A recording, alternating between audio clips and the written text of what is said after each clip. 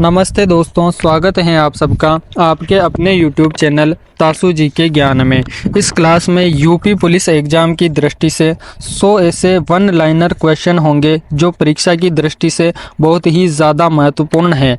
वैसे भी टाइम कम बचा है, मैं वीडियो के अंदर आपका बिल्कुल भी टाइम वेस्ट नहीं करूँगा। तो चलिए फटाफट जो है 100 क्वेश्चन अपन पढ़ लेते हैं। तो चलिए शुरू करते हैं। पहला प्रश्न है, असम में सर्वप्रथम चाय कंपनी की स्थापना कब हुई थी? तो इसका उत्तर होगा 1839 में। ठीक है दोस्तों। प्रश्न नंबर 2 है, 1857 के स्वाधीनता संग्राम का प्रतीक था। तो 1857 के स्वाधीनता संग्राम का जो प्रतीक था वो था कमल और रोटी। क्या था? कमल और रोटी। ठीक है दोस्तों। प्रश्न नंबर 3 है, बक्सर के युद्ध के समय बंगाल का नवाब कौन था? बक्सर के युद्ध के समय बंगाल का जो नवाब था वो था मीर जाफर। कौन था दोस्तों? मीर जाफर। प्रश्न नंबर 4 है, स्थाई बंदोबस्त की शुरुआत किसने की थी? स्थाई बंदोबस्त की जो शुरुआत थी वो की थी लॉर्ड कॉर्नवालिस ने। किसने की थी दोस्तों? लॉर्ड कॉर्नवालिस ने। ठीक है दोस्तों। प्रश्न नंबर 5 है, भारतीय पुनर्जागरण का पिता किसे कहा जाता है? भारतीय पुनर्जागरण का जो पिता है वो राजा राम मोहन राय को कहा जाता है। किसको कहा जाता है? राजा राम मोहन राय को। ठीक है। प्रश्न नंबर 6 है, भारतीय राष्ट्रीय कांग्रेस के दूसरे अधिवेशन की अध्यक्षता किसने की थी? भारतीय राष्ट्रीय कांग्रेस के दूसरे अधिवेशन की जो अध्यक्षता की थी वो की थी दादा भाई नौरोजी ने। किसने की थी दोस्तों? दादा भाई नौरोजी ने। प्रश्न नंबर 7 है, आँखों के किस दोष को लेजी आई के नाम से भी जाना जाता है? आँखों के किस दोष को लेजी आई के नाम से जाना जाता है? तो वो है एम्ब्लायोपिया। एम्ब्लायोपिया को जो है आँखों के लेजी दोष के नाम से जाना जाता है। प्रश्न नंबर 8 है, यांत्रिक लिफ्ट का आविष्कार किसके द्वारा किया गया था? यांत्रिक लिफ्ट का जो आविष्कार है वो किसके द्वारा किया गया था? तो इसका जो राइट आंसर होगा एलिसा ग्रेवेस ओटिस द्वारा। यांत्रिक लिफ्ट का आविष्कार एलिसा ग्रेवेस ओटिस द्वारा किया गया था। प्रश्न नंबर 9 है, मुरलेन राष्ट्रीय उद्यान किस राज्य में स्थित है? मुरलेन राष्ट्रीय उद्यान मिजोरम में स्थित है। कहाँ स्थित है? मिजोरम में। ठीक है दोस्तों।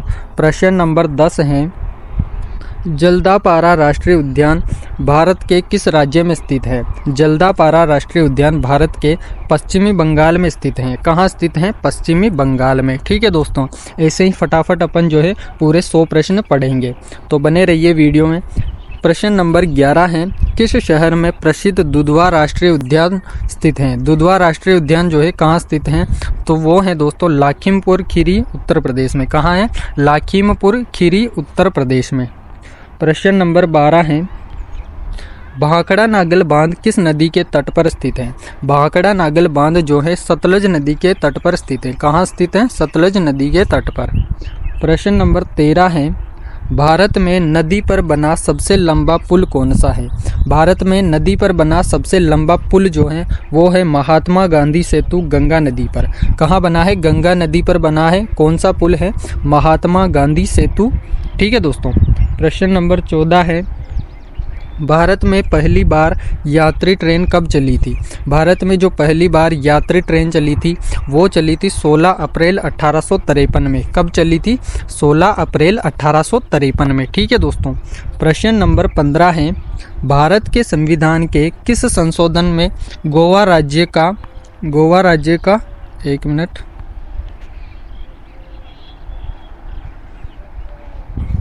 प्रश्न नंबर 15 है, भारत के संविधान के किस संशोधन में गोवा राज्य का दर्जा दिया गया? गोवा राज्य को जो है राज्य का दर्जा दिया गया। तो वो है 56वां संविधान संशोधन। कौन सा? 56वां संविधान संशोधन। प्रश्न नंबर 16 है, लघु संविधान किसे कहा जाता है? लघु संविधान किसे कहा जाता है? तो वो है 42वां संवैधानिक संशोधन। 42वें संवैधानिक संशोधन को लघु संविधान कहा जाता है। प्रश्न नंबर 17 है, संविधान के किस अनुच्छेद द्वारा अखिल भारतीय सेवाओं का प्रावधान किया गया था? संविधान के किस अनुच्छेद द्वारा अखिल भारतीय सेवाओं का जो है प्रावधान किया गया था? तो वो अनुच्छेद था 312। 312 अनुच्छेद द्वारा संविधान के अनुच्छेद अखिल भारतीय सेवाओं का जो है प्रावधान किया गया था। प्रश्न नंबर 18 है, उपराष्ट्रपति के निर्वाचन से संबंधित विवादों का निपटारा किसके द्वारा किया जाता है? उपराष्ट्रपति के निर्वाचन से संबंधित जो विवाद होते हैं उसका निपटारा किसके द्वारा किया जाता है? तो इसका जो राइट आंसर होगा वो हो जाएगा उच्चतम न्यायालय द्वारा। किसके द्वारा? उच्चतम न्यायालय द्वारा। प्रश्न नंबर 19 है, 2011 की जनगणना का आदर्श वाक्य क्या था? 2011 में जो जनगणना हुई थी उसका आदर्श वाक्य क्या था? तो इसका जो राइट आंसर होगा वो होगा हमारी जनगणना हमारा भविष्य। क्या था? हमारी जनगणना हमारा भविष्य। प्रश्न नंबर 20 है, संयुक्त राष्ट्र सुरक्षा परिषद में कितने अस्थायी सदस्य होते हैं? प्रश्न नंबर 20 है, संयुक्त राष्ट्र सुरक्षा परिषद में कितने अस्थायी सदस्य होते हैं? प्रश्न नंबर 20 है, प्रश्न नंबर 20 है, संयुक्त राष्ट्र सुरक्षा परिषद में कितने अस्थायी सदस्य होते हैं? कितने अस्थायी जो है सदस्य होते हैं? तो होते हैं 10। कितने होते हैं? 10। प्रश्न नंबर 21 है, एक मिनट। प्रश्न नंबर 21 है, श्वेतांबर और दिगंबर किस धर्म के हैं? जो श्वेतांबर और दिगंबर जो हैं वो किस धर्म से संबंधित हैं? तो वो है जैन धर्म से संबंधित। ठीक है दोस्तों। प्रश्न नंबर 22 है, जलियांवाला बाग हत्याकांड के विरोध में महात्मा गांधी ने ब्रिटिश सरकार को कौन सी उपाधि वापस दे दी थी? तो जो जलियांवाला बाग हत्याकांड हुआ था उसके विरोध में महात्मा गांधी ने ब्रिटिश सरकार को जो है कौन सी उपाधि जो है वापस दे दी थी? तो वो उपाधि थी नाइटहुड की उपाधि। कौन सी उपाधि? नाइटहुड की उपाधि। प्रश्न नंबर 23 है, बखीर पक्षी विहार कहाँ स्थित है? बखीरा पक्षी विहार कहाँ स्थित है? जो बखीरा पक्षी विहार है वो बस्ती में स्थित है। कहाँ स्थित है? बस्ती में। ठीक है दोस्तों। प्रश्न नंबर 24 है, कौन सी शब्दावली भारत के संविधान में लिखित नहीं है? कौन सी शब्दावली जो है भारत के संविधान में लिखित नहीं है? तो वो शब्दावली है बजट। बजट जो है भारत के संविधान में नहीं लिखा होता है। प्रश्न नंबर 25 है, किस प्रकार के प्रदूषण से बचाव के लिए ग्रीन मफलर का उपयोग किया जाता है? किस प्रकार के प्रदूषण के बचाव के लिए जो है ग्रीन मफलर का उपयोग किया जाता है? तो वो है ध्वनि प्रदूषण। कौन सा है? ध्वनि प्रदूषण। प्रश्न नंबर 26 है, विष्णुप्रयाग किन नदियों के संगम पर स्थित है? विष्णुप्रयाग जो है किन नदियों के संगम पर स्थित है? तो इसका आंसर होगा धौली गंगा और अलकनंदा। कौन सा? धौली गंगा और अलकनंदा। ठीक है दोस्तों। प्रश्न नंबर 27 है, लाइफ ऑन माई टर्म किसकी आत्मकथा है? लाइफ ऑन माई टर्म जो है किसकी आत्मकथा है? तो इसका राइट आंसर होगा शरद पवार की। लाइफ ऑन माई टर्म जो है शरद पवार की आत्मकथा है। प्रश्न नंबर 28 है, गंगा नदी उत्तर प्रदेश में कितने जिलों से होकर बहती है? गंगा नदी जो है उत्तर प्रदेश के कितने जिलों से जो है होकर बहती है? तो वो है 28 जिले, यानी कि लगभग पूरे उत्तर प्रदेश में गंगा नदी बहती है। प्रश्न नंबर 29 है, झारखंड राज्य का गठन कब हुआ था? झारखंड राज्य का जो गठन हुआ था वो हुआ था 15 नवंबर 2000 को। कब हुआ था? 15 नवंबर 2000 को। प्रश्न नंबर 30 है, प्रश्न नंबर 30 है, धान का कटोरा किसे कहा जाता है? जो धान का कटोरा कहा जाता है वो कहा जाता है चंदौली को। किसको कहा जाता है दोस्तों? चंदौली को। प्रश्न नंबर 31 है, उत्तर प्रदेश के प्रथम मुख्यमंत्री कौन थे? उत्तर प्रदेश के जो प्रथम मुख्यमंत्री कौन थे? वो थे गोविंद बल्लभ पंत। कौन थे? गोविंद वल्लभ पंत। तो अभी जो कौन है वो आपको पता ही होगा, योगी जी हैं। और जो उत्तर प्रदेश के प्रथम मुख्यमंत्री थे वो थे गोविंद वल्लभ पंत। ठीक है दोस्तों। प्रश्न नंबर 32 है, गंगा नदी उत्तर प्रदेश राज्य में किस जिले से प्रवेश करती है?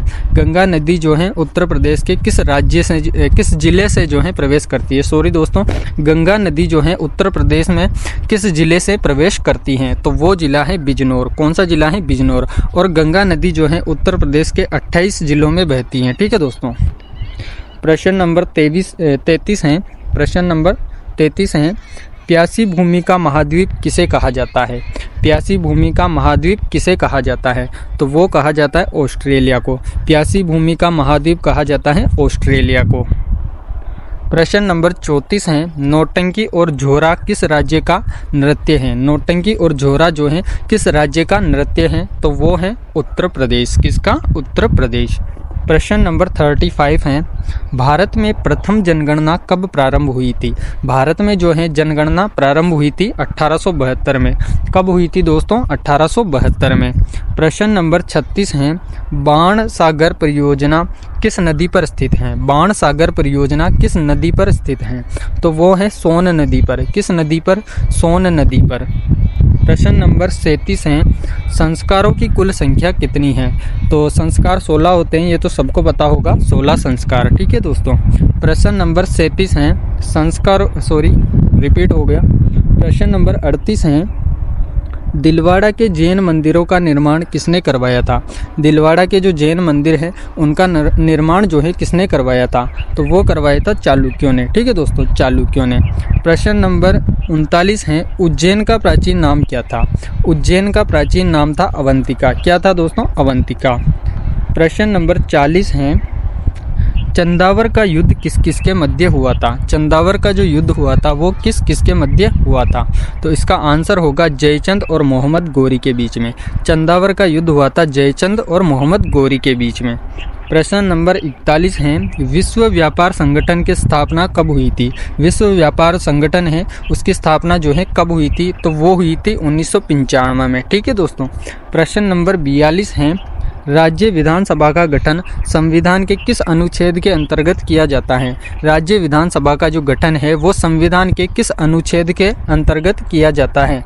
तो इसका आंसर होगा अनुच्छेद 170 के अंतर्गत। किसके अंतर्गत? अनुच्छेद 170 के अंतर्गत।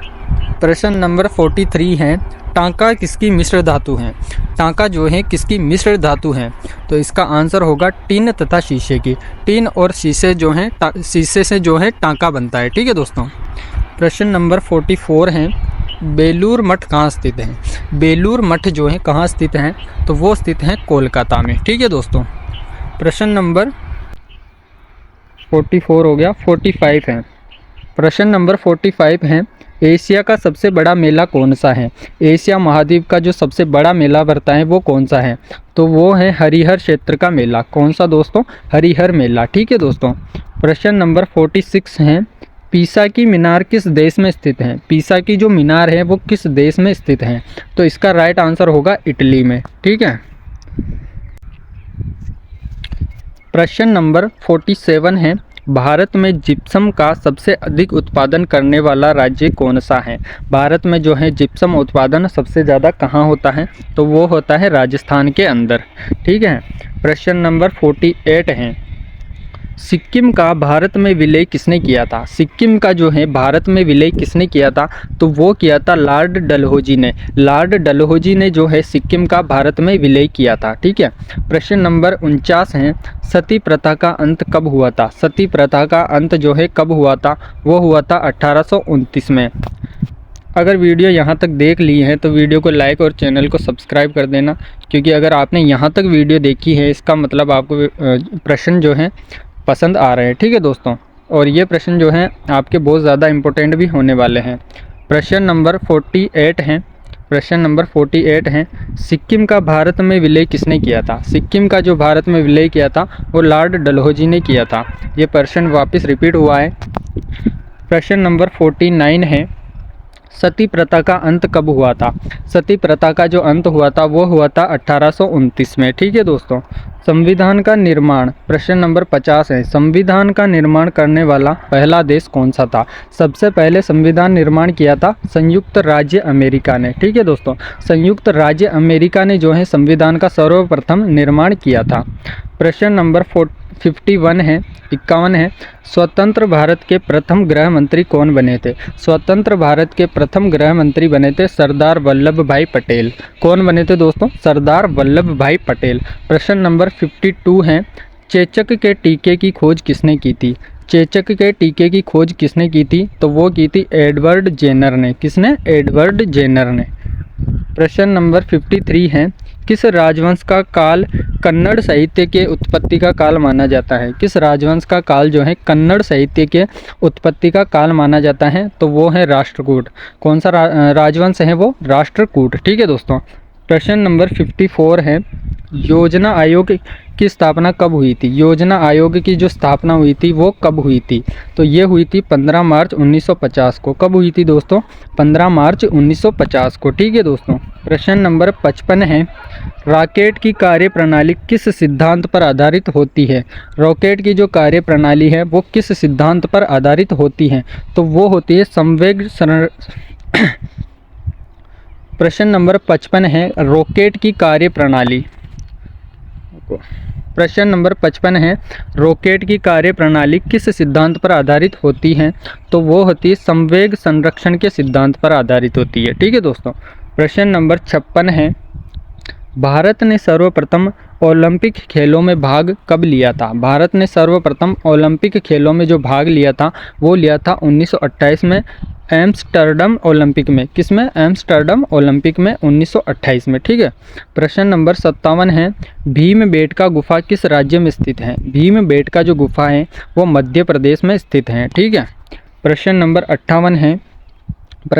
58 है, अप्रगामी तरंग सिद्धांत किसकी उत्पत्ति की व्याख्या करता है? अप्रगामी तरंग जो है सिद्धांत की प्रश्न नंबर 58 है, अप्रगामी तरंग सिद्धांत किसकी उत्पत्ति की व्याख्या करता है? अप्रगामी तरंग जो है ज्वार-भाटा की उत्पत्ति की व्याख्या करता है। प्रश्न नंबर 59 है, भारत और पाकिस्तान के बीच चलने वाली रेलगाड़ी का नाम क्या था? भारत और पाकिस्तान के बीच चलने वाली जो रेलगाड़ी थी वो थी समझौता एक्सप्रेस। कौन सी रेलगाड़ी थी वो? समझौता एक्सप्रेस। प्रश्न नंबर 60 है, भारत का सबसे महत्वपूर्ण लघु उद्योग कौन सा है? भारत का सबसे जो है महत्वपूर्ण लघु उद्योग है वो है हथकरघा। कौन सा है? हथकरघा। ठीक है दोस्तों। प्रश्न नंबर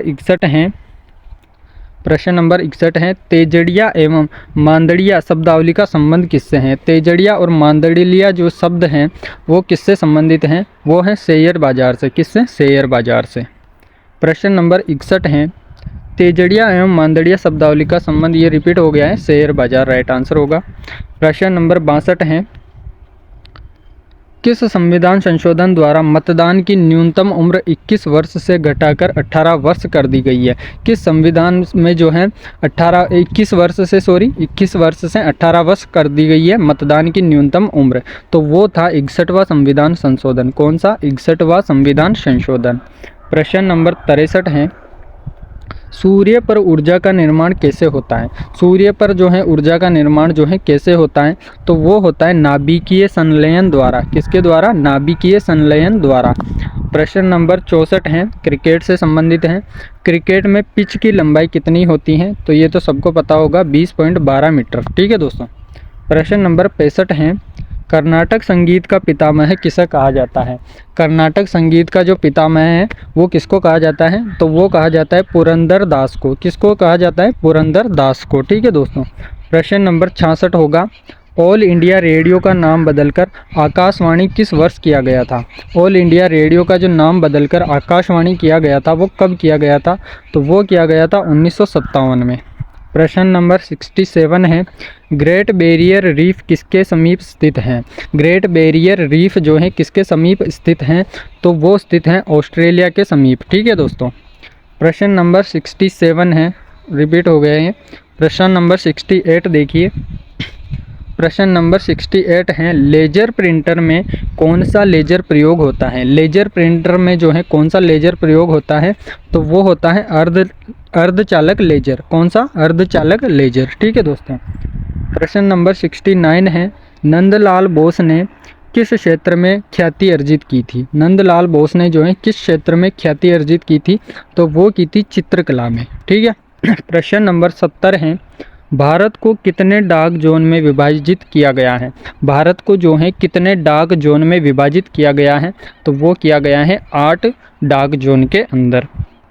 प्रश्न नंबर 71 है, भारत की जनगणना 2011 में 2001 की तुलना में जनसंख्या में कितनी प्रतिशत की जो है वृद्धि हुई है। 2001 से कंपेयर किया गया है 2011 को, कितनी जो है वृद्धि हुई है जनसंख्या में, तो वो हुई है 17.5%। ठीक है। प्रश्न नंबर 72 है, भारत की आज़ादी के समय भारत के वायसराय कौन थे। जब भारत आज़ाद हुआ था तो उस समय वायसराय कौन थे, तो वो थे लॉर्ड माउंटबेटन। कौन थे? Lord Mountbatten. प्रश्न नंबर 73 है, straight from the heart. Straight from the heart पुस्तक किसके द्वारा लिखी गई है, तो वो लिखी थी कपिल देव ने। ठीक है। प्रश्न नंबर 74 है, किस घराने को प्रश्न नंबर 74 है प्रश्न नंबर 74 है, किस घराने को ख्याल गायकी का जन्मदाता कहा जाता है। किस घराने को ख्याल गायकी का जन्मदाता कहा जाता है, तो वो कहा जाता है ग्वालियर घराने को। किसको? ग्वालियर घराने को। प्रश्न नंबर 75 देखिए, किसान दिवस कब मनाया जाता है। किसान दिवस जो है कब मनाया जाता है, तो वो मनाया जाता है 23 दिसंबर को। कब मनाया जाता है दोस्तों? 23 दिसंबर को। प्रश्न नंबर 76 है। प्रश्न नंबर 76 देखिए, इंग्लिश चैनल कहाँ स्थित है। इंग्लिश चैनल जो है वो कहाँ स्थित हैं, तो वो स्थित है इंग्लैंड और फ्रांस के बीच में। इंग्लैंड और फ्रांस के बीच में। प्रश्न नंबर 77 है, जापान का मैनचेस्टर कहलाता है। जापान का मैनचेस्टर कहलाता है ओसाका। ओसाका जो है जापान का मैनचेस्टर कहलाता है। प्रश्न नंबर 78 देखिए, यूरेनियम के सर्वाधिक भंडार किस देश में हैं। यूरेनियम के जो सर्वाधिक भंडार हैं वो किस देश में हैं, तो वो है ऑस्ट्रेलिया में। किस में? ऑस्ट्रेलिया में। प्रश्न नंबर 79 देखिए। प्रश्न नंबर 79 है, यूर्त किस जनजाति का घर होता है। यूर्त जो है किस जनजाति का घर होता है, तो वो होता है किर्गिज जनजाति का। किसका? किर्गिज जनजाति का।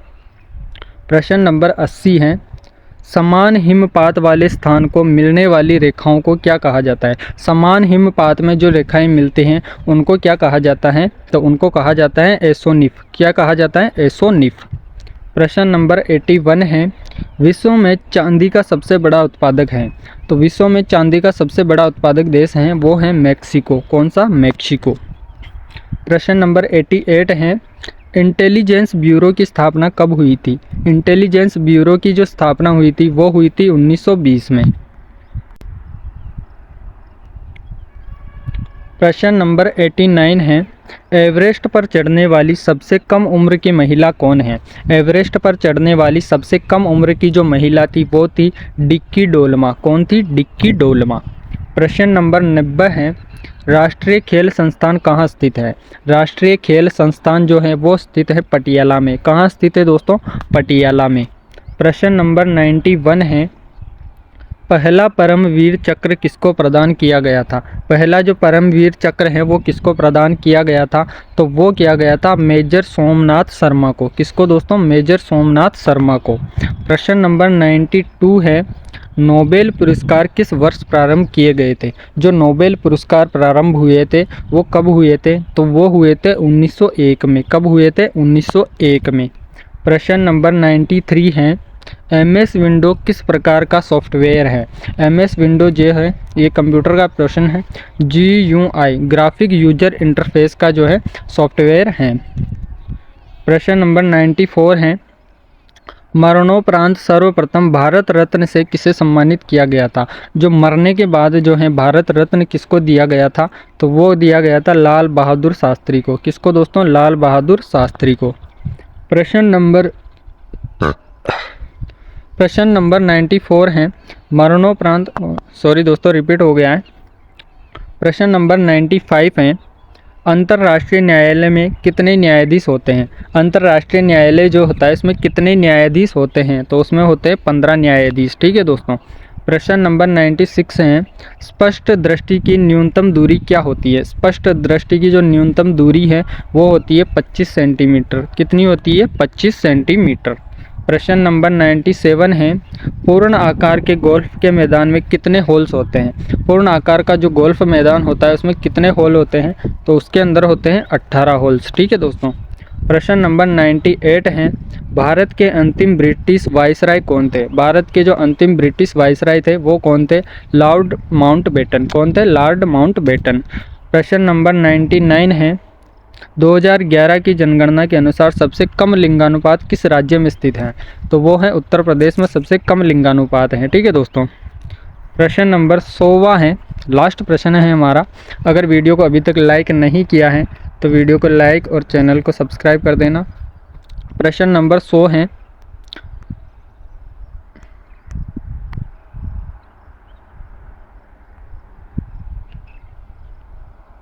प्रश्न नंबर 100वां है, संयुक्त राष्ट्र संघ दिवस कब मनाया जाता है? संयुक्त राष्ट्र संघ जो है 24 अक्टूबर को मनाया जाता है। धन्यवाद दोस्तों।